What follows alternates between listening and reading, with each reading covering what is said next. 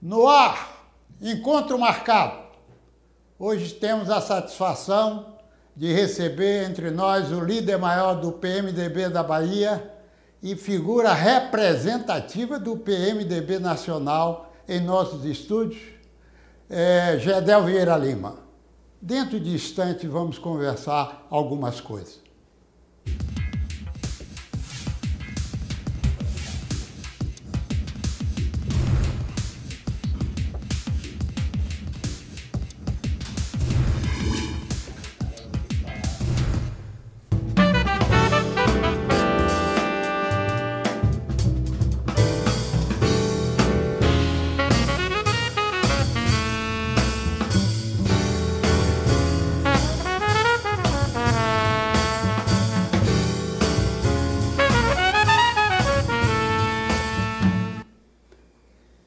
Meu caro líder, a satisfação de recebê-lo aqui.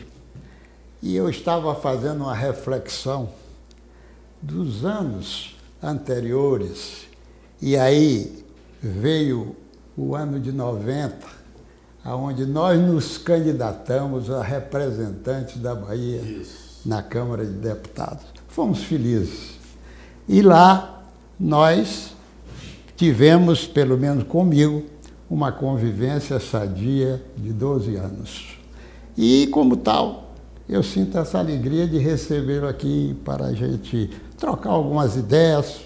Você tem muita coisa a gente conversar, é ministério, é da Caixa, a vice-presidência de pessoa jurídica e toda essa sua vida. Então, para nós é uma satisfação grande desse encontro com você. Luiz, eu quero agradecer a sua generosidade em me convidar a fazer essa participação aqui no programa que com tanta competência você conduz, o Encontro Marcado.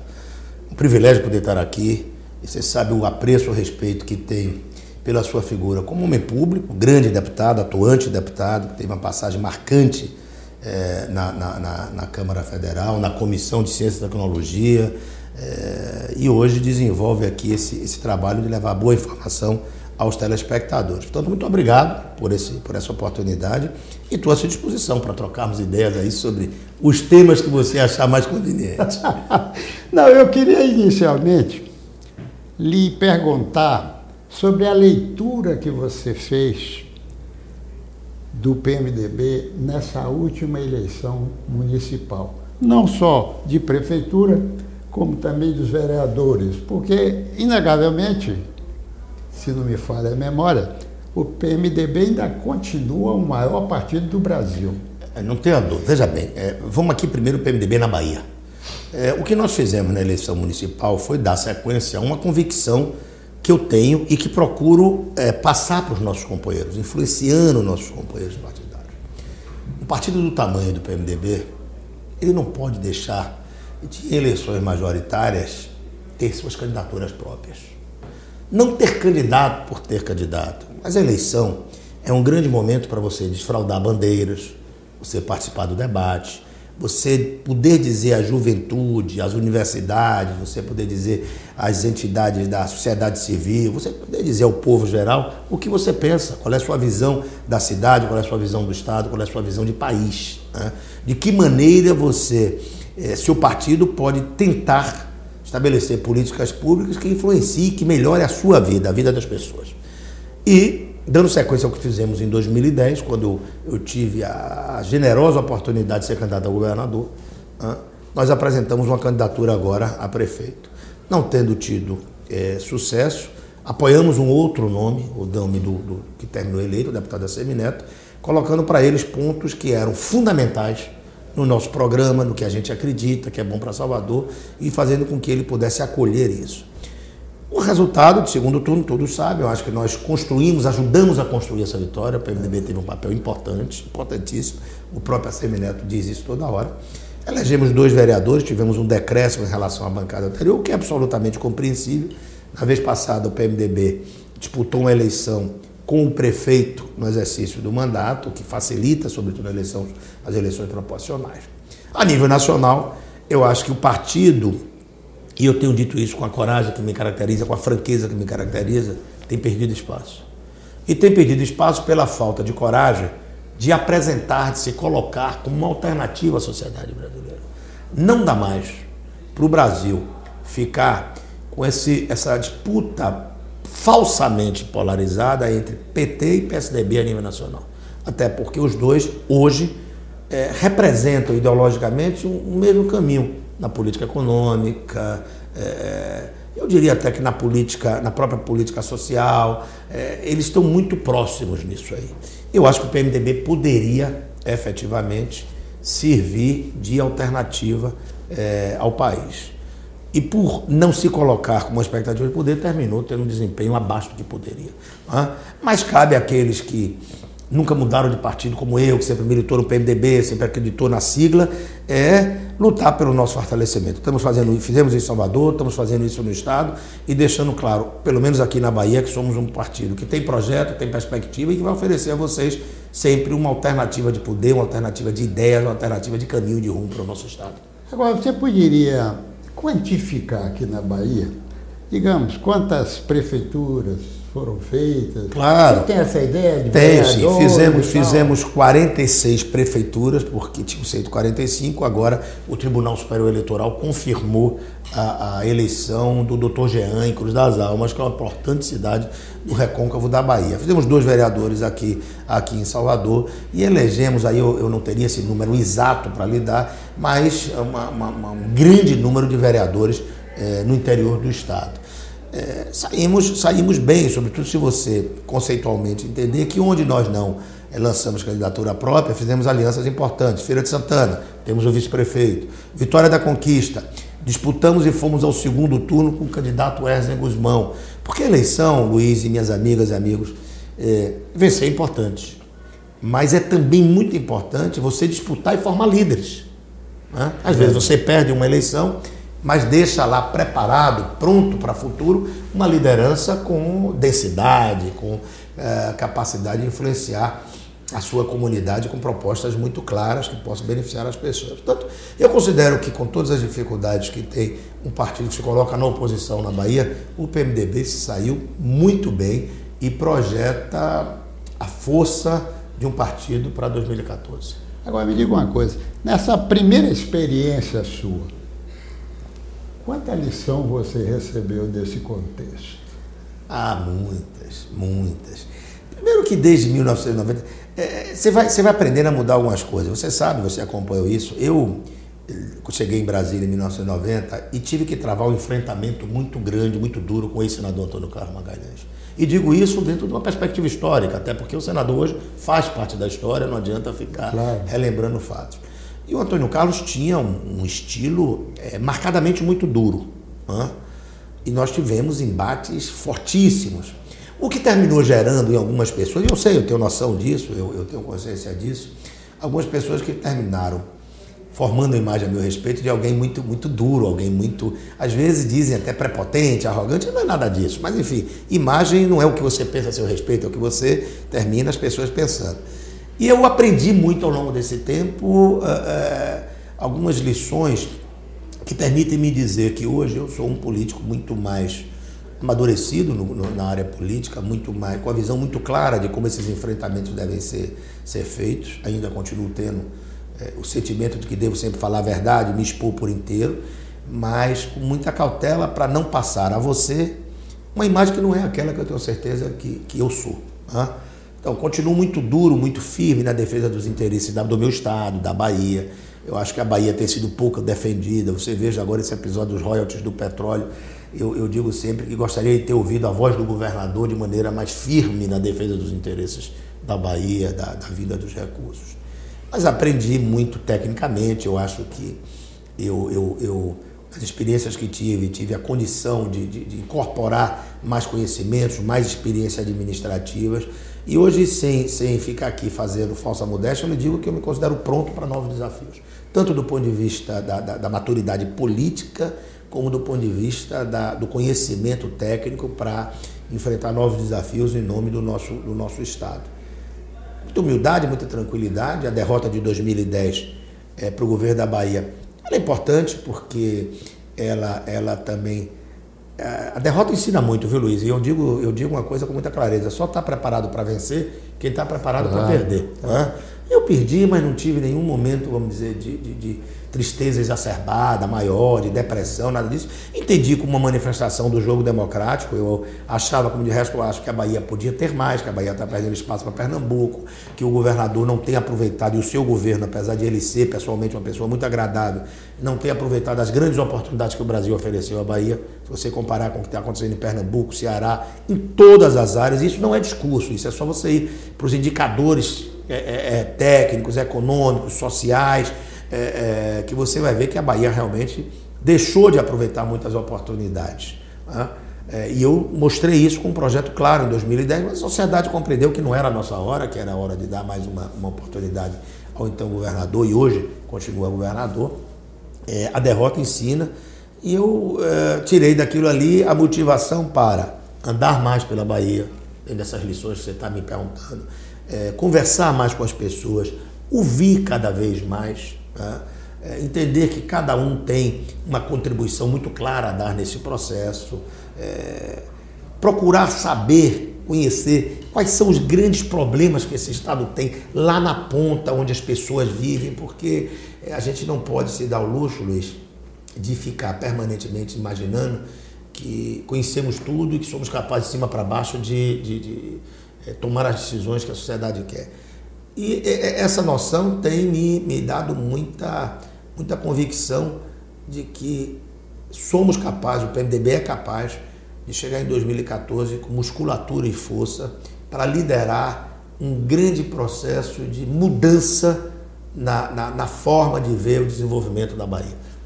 Eu acho que aprendi muito nos últimos anos, desde 90, quando cheguei lá, muito jovem ainda na Câmara, e com os erros e acertos que vivenciei nesse momento, eu posso lhe resumir dizendo que estou muito mais maduro. Mas com a sua modéstia, você foi um grande líder do PMDB lá e eu fui testemunha disso.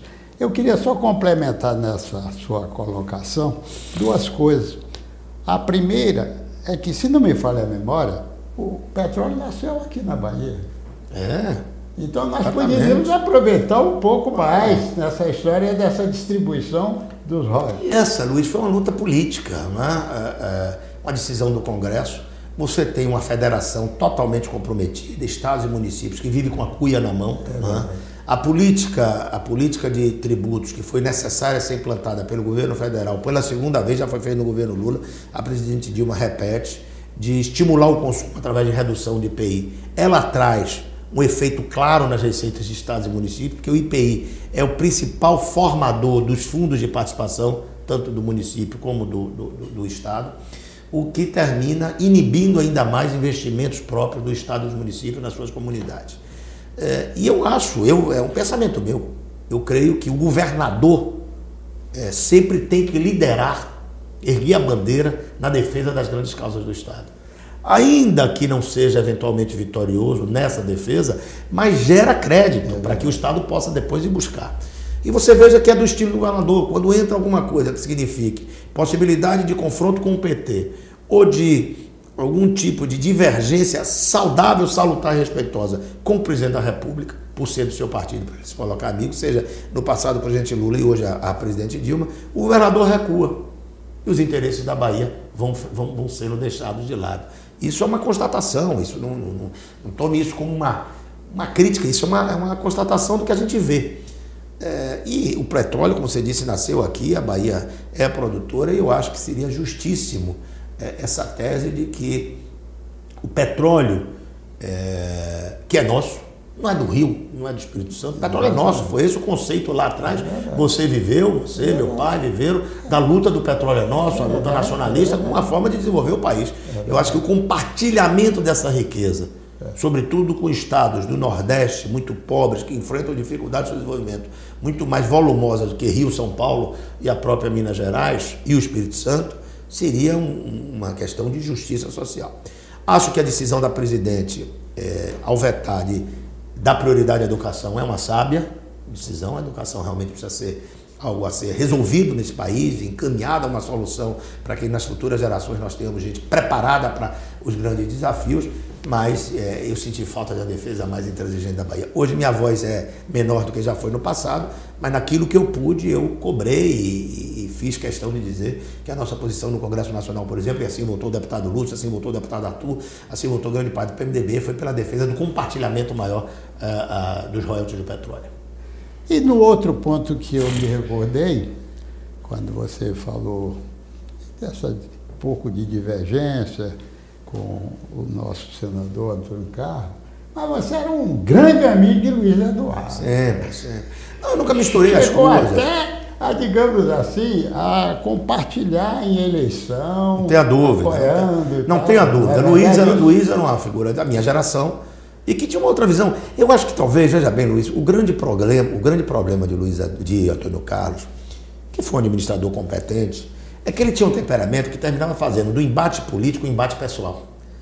E aí ele partia para ataques à família, para ataque à sua honra, para atingir o objetivo de preservação de poder. E você tinha sempre dois caminhos com o Antônio Carlos. Eu dizia isso. Ou você vivia o constrangimento dessa relação, ou você fazia esse enfrentamento. Certo ou errado, eu optei pelo caminho do enfrentamento, que me custou, claro, muito. Mas isso não fez com que eu misturasse as coisas. Luiz Eduardo era um homem de uma geração mais jovem, tinha uma visão mais aberta, mais democrática das relações políticas, pessoais, entendia mais a divergência política, não transformava o adversário político em inimigo e pude compartilhar sonhos com ele. E acho que o Brasil e a Bahia perderam muito com a sua precoce partida. Ele teve um desempenho muito importante na Câmara, como presidente, com reformas que trazem reflexo até hoje na economia brasileira, até hoje. Né? Eu digo sempre que, por exemplo, eu tive muito orgulho, fui combatido à época, mas tive muito orgulho de ter sido relator, além de líder, relator da emenda constitucional que quebrou o monopólio das telecomunicações. E puxo isso que é uma área que você entende bem. Quando eu me lembro, que apesar de não ser ainda um sujeito jovem, relativamente jovem, mas eu me lembro, minha mãe em casa é quem fazia imposto de renda.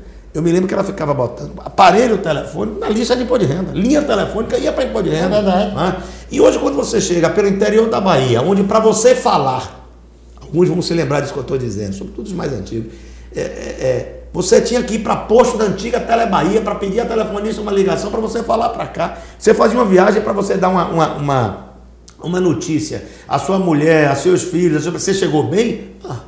Hoje é celular para tudo quanto é canto, é essa maravilha da tecnologia invadindo nossas vidas, nossas casas.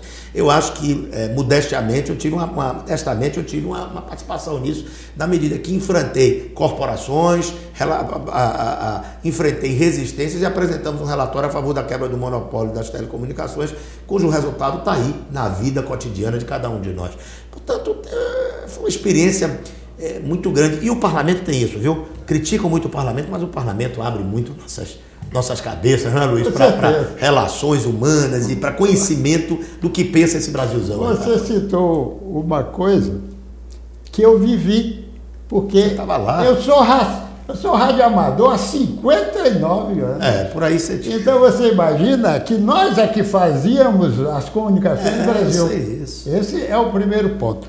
E também fui agraciado, não é, com a relatoria de um fundo dentro exatamente da nova lei das telecomunicações.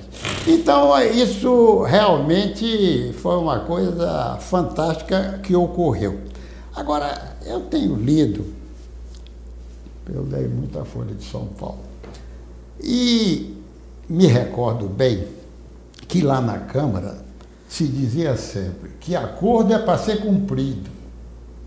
Está saindo alguma notinha que a liderança da presidência talvez fuja do Henrique Alves e tal. Mas a presidência da Câmara.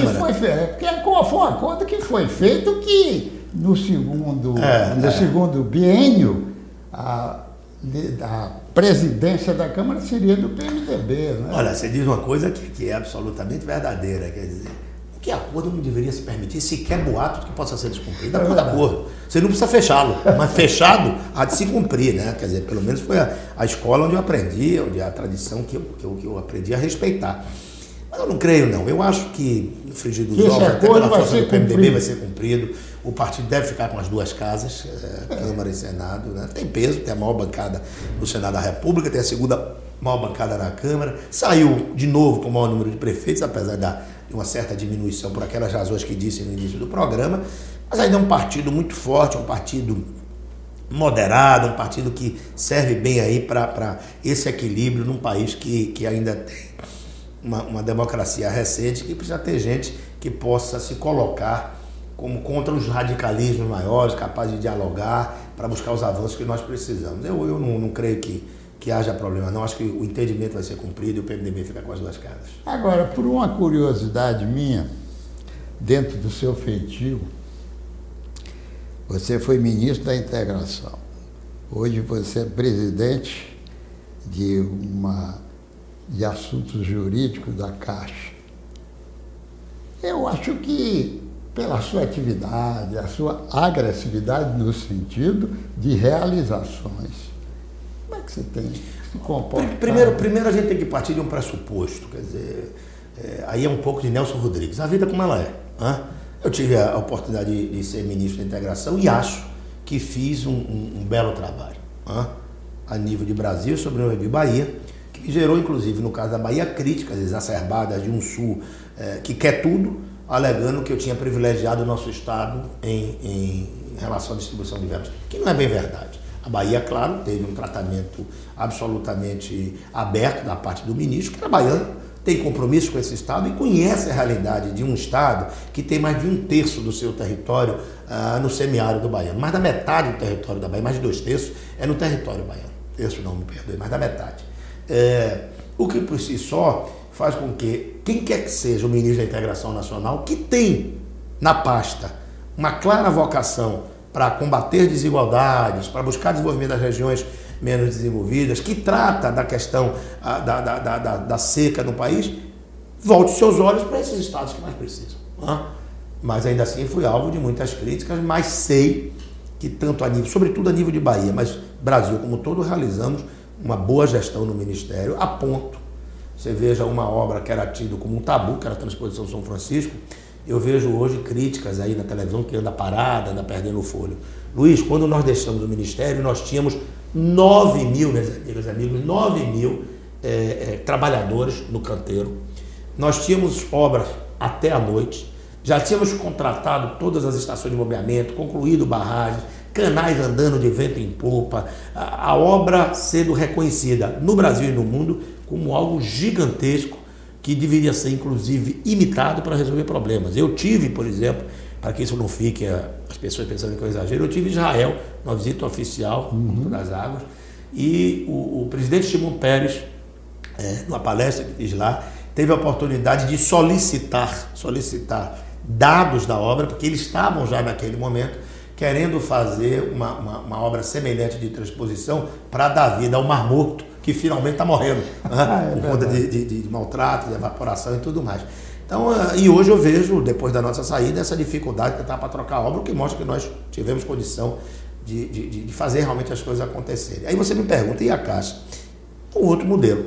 Eu perdi a eleição, meu partido indicou-me para essa função, me cabe, ao aceitar, honrá-la. E tenho procurado fazer trabalhando no outro viés de desenvolvimento, que não é mais a execução da obra, mas é viabilizando os financiamentos para o grande empresariado brasileiro, o pequeno empresariado brasileiro, a microempresa, que tudo isso está na nossa área de atuação, para que você entenda. Quando as pessoas falam assuntos de pessoa jurídica, fica parecendo que é jurídico advogado, não é não. Eu nem advogado sou. Pessoa jurídica mesmo. Jurídica, no sentido dos grandes financiamentos, investimentos. A Caixa agora começa a operar no crédito rural também, está conosco lá. Eu conheço bem essa realidade, a necessidade do crédito rural. Portanto, temos trabalhado nessa linha e ajudado também aqui a Bahia, empresários baianos que têm nos procurado. A gente tem procurado romper burocracia, o que eu sempre fiz, facilitar o acesso ao crédito, agora com juros mais baixos, criar novas linhas, voltar nosso foco para o micro, para o pequeno empresário, que também está lá sobre nossa área. Temos sempre falado, defendido o aumento da abertura de novas agências aqui na Bahia e temos conseguido sucesso. Enfim, é uma outra área de trabalho tão importante quanto, mas talvez sem uma visibilidade tão grande como que tinha no Ministério. É evidente, se você me perguntar sobre o jeito de eu tocar, é claro que alguém com o meu temperamento, com o meu estilo, tocando obras, enfrentando problemas, indo quando preciso para o enfrentamento, sabendo conciliar quando é necessário, eu me dou melhor, mas não diria a você que estou infeliz, acho que estou contribuindo também num outro viés, de uma outra forma, para o desenvolvimento do Brasil e o desenvolvimento da Bahia. Você citou até um setor importante, que é a questão das microempresas. Tanto que está criando o próprio ministério, né? Para que pudesse dar um impulso maior. E para você ter uma noção, eu tenho uma superintendência lá na nossa área, voltada exatamente para isso. Acabei de indicar um jovem funcionário da Caixa. Eu gosto muito de dar oportunidade àqueles mais jovens, aquelas pessoas que chegam, que têm talento e chegam com muita vontade, né? Ele está apresentando uma série de novas ideias aí, de novas parcerias, envolvendo o Sebrae, envolvendo recursos do FAT, de maneira que a gente possa estimular cada vez mais a pequena e microempresa, que você sabe, você é um homem muito bem informado, que são, ao contrário que muitos pensam, as grandes geradoras de emprego desse país. É verdade. Se você for separar por categoria os empregos gerados no Brasil, você vai ver que, ao contrário do que muitos pensam, que é a grande empresa, não. É o conjunto das pequenas e microempresas que são as grandes empregadoras do Brasil e, por isso, precisam ser estimuladas. E eu tenho muita satisfação de poder estar dando uma contribuição também com esse viés. É mais uma experiência que agrego à minha formação para o futuro. Você está citando e eu estou me lembrando aqui, é uma coisa de comparação tão corriqueira, mas verdadeira, é como as caixas de fósforo. É a microempresa. Pois é, você... exatamente. A força está exatamente nessa união e nessa quantidade, né?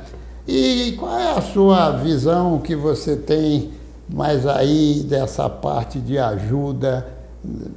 Bom, você está num setor que, pelo que você está dizendo, é um setor muito amplo e necessário para o desenvolvimento, né? Mas dentro desse seu contexto de visão assim mais panorâmica, mais nacional, essas ajudas que estão vindo, elas são suficientes ou ainda precisa de mais alguma coisa? Você fala para desenvolvimento do nosso país. Não, veja bem, nós estamos enfrentando, não vamos nos iludir. Né? Eu acho que a economia passa um momento difícil. Né? Você tem a Europa enfrentando graves dificuldades, você tem os Estados Unidos, onde eu tive agora recentemente, que não está não está com sua economia retomando o desenvolvimento na sua plenitude, com toda a sua força, e o Brasil sofre os efeitos disso. O país que ainda tem uma infraestrutura deficiente, o país que ainda tem dificuldade nos portos, nos aeroportos, um país que ainda tem uma carga tributária, e essa é uma luta que a gente viu lá permanentemente, e eu digo sempre, hoje, se eu voltasse ao Congresso Nacional, evidentemente não é meu desejo, mas se eu voltasse, eu que já tive uma experiência nisso, já tive essa visão quando fui presidente da Comissão de Finanças e Tributação da Câmara, já fiz uma luta muito grande ali para não permitir nenhum tipo de aumento de impostos ou taxa de majoração, tivemos algum sucesso nisso, mas eu faria disso uma grande bandeira. Eu estive nos Estados Unidos recentemente, você conhece isso, enfim, a grande maioria de vocês conhece, aquela ideia do imposto sobre o consumo é uma coisa, é um avanço. Esse mecanismo tributário que nós temos, aliado à questão da infraestrutura, aliado às dificuldades históricas que temos aí, atrasa muito o nosso desenvolvimento. É difícil o empresário investir no país com uma carga tributária e um sistema tributário tão complexo como o nosso. Então eu acho que ainda temos problemas. O governo está fazendo o possível, sobretudo para manter esse estímulo ao consumo, para que o mercado interno, o nosso mercado, possa sustentar o desenvolvimento da economia, já que existem dificuldades, a China retrai, os Estados Unidos não está do jeito que deveria estar, a Europa, vocês estão acompanhando a crise, isso traz dificuldades para o comércio, para a vinda de recursos, de investimentos produtivos para dentro do Brasil. É claro que nós precisamos muito mais. E é claro que o Nordeste precisa muito mais. E é claro que a Bahia precisa muito mais. Se você for ver a Bahia dos últimos anos, e essa é uma grande divergência que eu tive com o governador Wagner, e coloco isso apenas para pensamento, para reflexão de vocês, qual foi o grande investimento produtivo que veio nos últimos 7 anos e que esteja em funcionamento, gerando emprego? O grande investimento produtivo. Anunciam agora, enterraram um carro, não sei o que a Jaque Motors estaria fazendo, vamos aguardar, torcer, mas é uma coisa de muito, muito longo prazo.